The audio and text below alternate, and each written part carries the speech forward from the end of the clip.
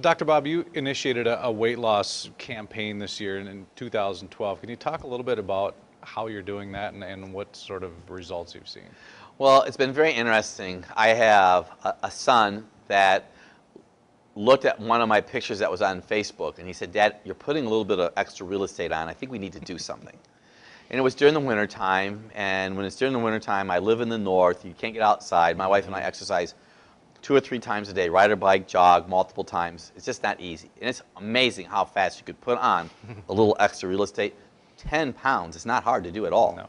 in our society today. So he said, we need to do a program called the 2012. So I started reading some books. I wanted to see what was going on out there when it came to weight loss. So this is a social media experiment. What I have found was this. You are almost as heavy as the people you hang around with. If a woman goes out to lunch with a girlfriend, she'll eat about 650 calories at her meal. If she goes out with multiple girlfriends, she'll eat 850 calories at a meal.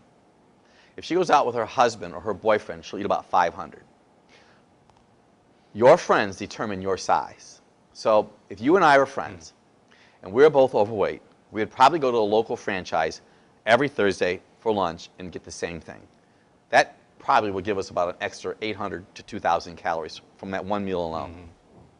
If you and I are friends and we exercise and we met at the gym, we would meet at the gym and we would probably go to the place that has a juice bar afterwards and chit chat. Totally different social function and network. In our program, what I suggested people do, and this was the challenge that I was having personally, I was eating healthy organic food. I was eating healthy organic food that had a lot of calories in it. So I started looking at, I was almost naive. Now I'm Dr. Bob, but I tell people, I want you to eat this nuts, I want you to do this, and eat this, and eat this. So I have a passion addiction for almonds, calcium. So if you eat about 20 almonds, you're talking like 200 calories. Yeah. You throw in walnuts and cashews and some organic raisins and some organic coconut flakes, and I was making one of those bags every night before I'd go to work because I was rationalizing I needed protein during the day.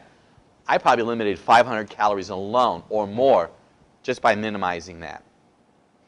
I eat spelt flatbreads, 140 calories, cut it in half, Applegate turkey, Hain mayonnaise. I would use organic, let's say provolone, half a slice, 70 calories. So you're talking 250 calories. So I started analyzing that. Tablespoon of Hain mayonnaise, 100 calories. Tablespoon of olive oil, 120 calories. So I started putting all, and I love Newman spelt pretzels. 15 of them, 120 calories. So on programs before, we've talked about the half a gram per serving. It is not hard to eat that. So I eliminate 800 calories to 1,000 calories a day just by eliminating what I call my foo-foo food. So I always eat apples every day. Now I have what I call a swap bag. Start with the protein. So all of you watching me right now, I don't want you to use pastries at all. You start your day with pastries, your blood sugar goes up, down. All day long, you're going to be eating sugar. So I have a bag of vegetables. Red, yellow, orange bell peppers. I'll put some cucumbers in there and radishes and baby tomatoes. The #1 food to eat to lose weight is celery, because celery requires more energy to digest it and burn it than it adds to your body. So all day long I'm eating this swap bag.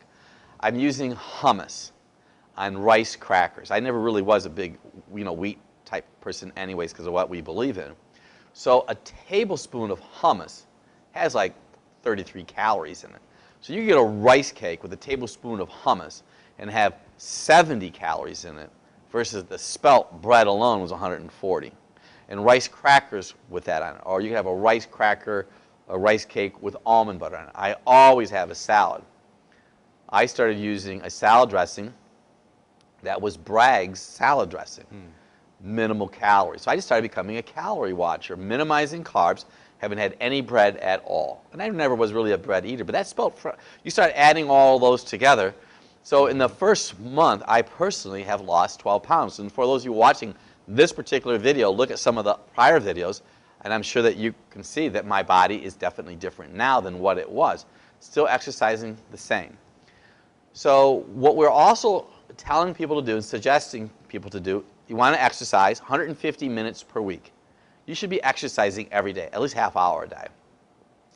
I never ate foods that had sugar added to them, but one of the texts that I was reading was talking about sugar added to foods today. So if you look at your package, and if a package says 10, let's just say per serving 5 grams natural sugar, total sugar 12, 7 grams of sugar have been added to that serving. So the theory is, if you minimize all the sugar added food, and I'm just going to give you this as your own little trump card. Every day you could sprinkle 3 teaspoons of sugar on anything you want. You'll still lose weight. Because see, sugar itself, a gram of sugar is 4 calories. A gram of fat is 9 calories. I'm not telling people not to eat fat. I'm using avocados. I eat a lot of animal tissue, preferably organic tissue. I'm using some almond butter. You know, so I'm still eating fat. So this is not a no-fat diet. This is not an all-carb diet. This is a diet that has a combination of everything. But and I don't like to use that word moderation. I hate that word. It's portion control. So if you have a 12-inch plate, do a 9-inch plate. So I'm going to throw out some very interesting statistics, because there are ladies right now that are watching this at work. It's lunchtime. And on their table, they have a glass jar, glass bowl of little candy bars about this big. If you eat 2 of those per day, 5 days per week, you'll gain 7 pounds in a year. They've done studies that if you go out to a restaurant and you have chicken wings, now I don't eat chicken wings, one of them had 10 grams of fat. That's like 90 calories, so imagine that would sabotage your diet for sure. But if you have a plate of chicken wings and someone is taking those chicken wings away as you are munching on them, you'll eat 28% more chicken wings with them taken away than if they just left them on the plate. And then if you would leave this restaurant, and if they offered you a chocolate chip cookie on the way out that was 450 calories, you will eat that cookie 85% more than the person who saw the amount of food, because you're calculating that. Pretty fascinating.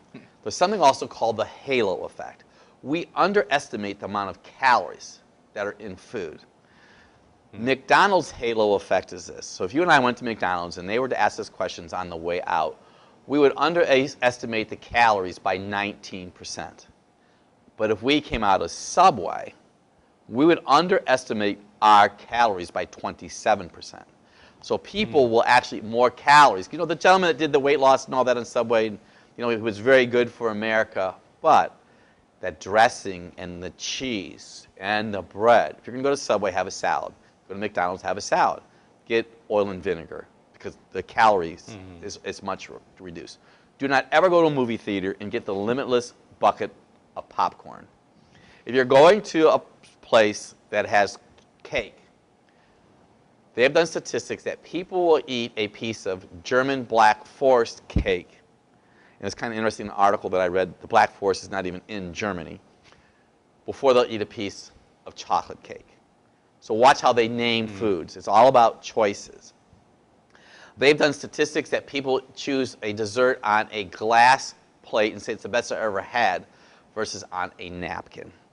The #1 item, though, that causes obesity in America today are sugar drinks, or going to your favorite coffee and they do a pump here and there. You're talking extra calories. So I just need you to be, it's all about calorie conscious. You know, I tape TV all over the United States, and we tape the program in California. And we bring food. When we travel, we bring our own. We have learned along the way. We take our own food. Well, we are in a hot spot here. A hot spot means we're in the desert, and there was just nothing. So we went to this Chinese restaurant, and it had, I was, you know, thinking logically, how in California they're required to put the calories of what's on the menu item. So I had broccoli and beef, pretty safe. They had steamed rice and fried rice. Well, let me tell you what, that fried rice looked a lot better than that steamed rice. So I got the fried rice. So I sat down and I started eating. And I was pretty much done with my steamed or fried rice. That fried rice was 750 calories. The steamed rice was 150 calories. So I doubled my caloric consumption just by adding the rice. So we rationalize that. So, you know, I've come to this epiphany, you know, I'm over 50 years old. I make sure I keep I work out with muscle, with tone, at least 3 days a week. You see, if you keep these muscles going, they're going to burn extra fuel. That's really Sure. significant. I don't drink soda pop. I never drink diet soda. I'm sure I'm sharing with everybody. I eliminated afternoon coffee. You say, Dr. Bob, you drink coffee? Yes, I actually developed my own coffee because I wanted to have organic coffee. You can't get organic coffee that I like. So I got a Columbia coffee. I have a roaster that roasts it fresh for us, etc. But I eliminated coffee at the middle part of the day. You could just stop drinking coffee alone and lose weight. Because, see, coffee causes your adrenal glands to fire up with that cortisone at the end of the day. Okay, so we minimize coffee, just minimizing the coffee, increasing the activity, drinking more water, which I always drank water, but I make a conscious effort right now.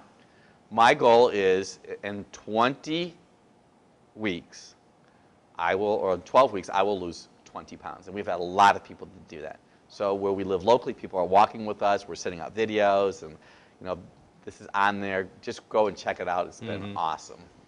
And that's a safe pace too, isn't it? You don't want to. You want to make sure that you don't lose weight too fast. And I mean, a lot of people get caught up in setting these goals that are too hard to reach. I'm losing about a half a pound every other day because I weigh myself.